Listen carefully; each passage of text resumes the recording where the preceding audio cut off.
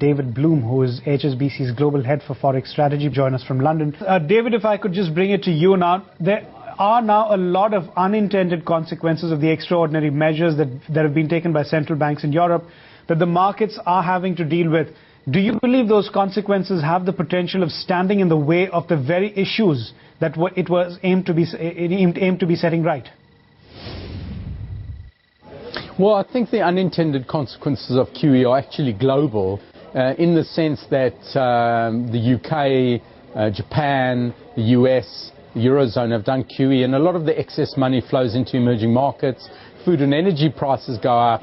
Food and energy prices go up for us in the West and developed economies, but our wages don't. We face a real income squeeze, the economy gets weaker, and central banks say, I know what I'm going to do about that. Let's do more QE. So we're in a vicious cycle of more and more QE, higher and higher food and energy prices, and real incomes going down. So we're caught in a trap here.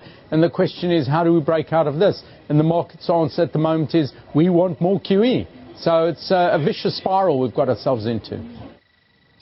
Right. Also, David, Nouriel Roubini argued just a couple of weeks back that the only way to make European states competitive once again is to revalue the euro to parity against the US dollar. Do you believe European politicians will buy into a proposal like this? I don't know how to answer such a question when it's preposterous. Although I have a lot of respect for the man. I think perhaps it was taken out of context, because that's just impossible and a preposterous proposition. The euro is a free-floating currency, will remain so, and you can't pick and choose where you want the levels of your currency. Only under emergency circumstances can you attempt to weaken or strengthen your currency. You see, Japan has tried their best to weaken the yen, and here we sit today at 80. So you don't open Pandora's box. A lot of horrors could come out. So the euro is what it is, and the Europeans should live with that. And as well, it's been the one anchor of stability for Europe, that the bond markets have moved around viciously, equities have moved around viciously, credit has moved around viciously, and actually euro-dollar has been a bastion of stability. So leave it alone. Right, David, also now with China announcing a first quarter GDP growth of 8.1%, which is of course much below the consensus number of 8.4%, where should we expect the US dollar will go? Can we see it slip further from here? Well, there's a story that Chinese growth is much below expectations at 8.1 compared to 8.4. No, basically in line. 0.3 away from economists' forecast is not far away. We know China is slowing, and we expect a policy response of RRR rate cuts from them, and this is what's happening. It's got nothing to do with the dollar, and I don't think will impact the dollar much at all, because in essence, 8.1 and 8.4 aren't far away from each other. All right, now, David, commodity currencies were expected to stage a rally if the Chinese GDP numbers looked good. Where do you see some of the commodity currencies like the Australian dollar or maybe even the Canadian dollar headed now? Well, we see very specific differences between Australia and Canada, and we don't just put them in a basket, commodity currencies. You know, Canada's got oil, Australia's got other commodities, and oil prices are often related to geopolitical risk rather than just what's going on in China. So we like Canada, we'd be buying Canada, and we think it's a great currency. Aussie, we have the opposite view. We think the Chinese slow down, the housing market in Australia, the Australian parts of the economy slowing down, make us believe that this is a massively overvalued currency, and we don't like it. So we would be buying Canada and selling Aussie, and we wouldn't just clump them in the view that they're just commodity currencies. Right, David, also crude oil prices are beginning to come off after the announcement of the China GDP number.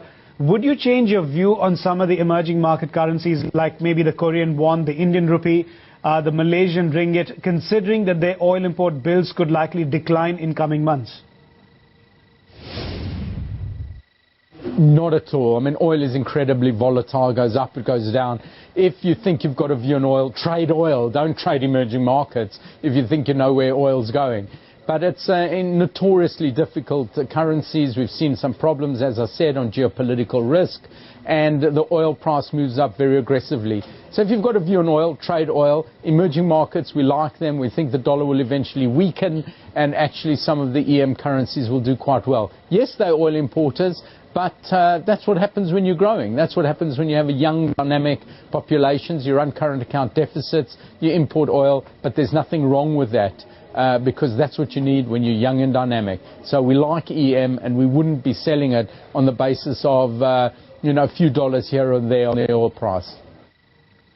But also, David, people are talking about the U.S. economy having entered a structural recovery and that things could look better from here on. Are you convinced about that? And also, in that light, how are you viewing the U.S. dollar? All I can say is if this is the recovery, I don't want to be around when the downturn comes. If you've done $3 trillion in QE, you've kept rates at 0% for years now, you're offering to keep them at 0% for years, and you manage to eke out 150,000 in payroll jobs, then when the downturn comes, because it's a cycle, if this is the recovery, then the downturn is going to be vicious. So we call it green shoots, weak roots. And David, lastly, is HSBC betting on the Fed launching a QE3? And if yes, how soon do you see this happening? Yeah, we do think it's very possible that the Fed will do QE3. The problem at the moment is we're in like Death Valley. What I mean by that is growth is not strong enough to be self-sustaining, but it's not weak enough to make the Fed officials think it's a slam dunk to do QE3.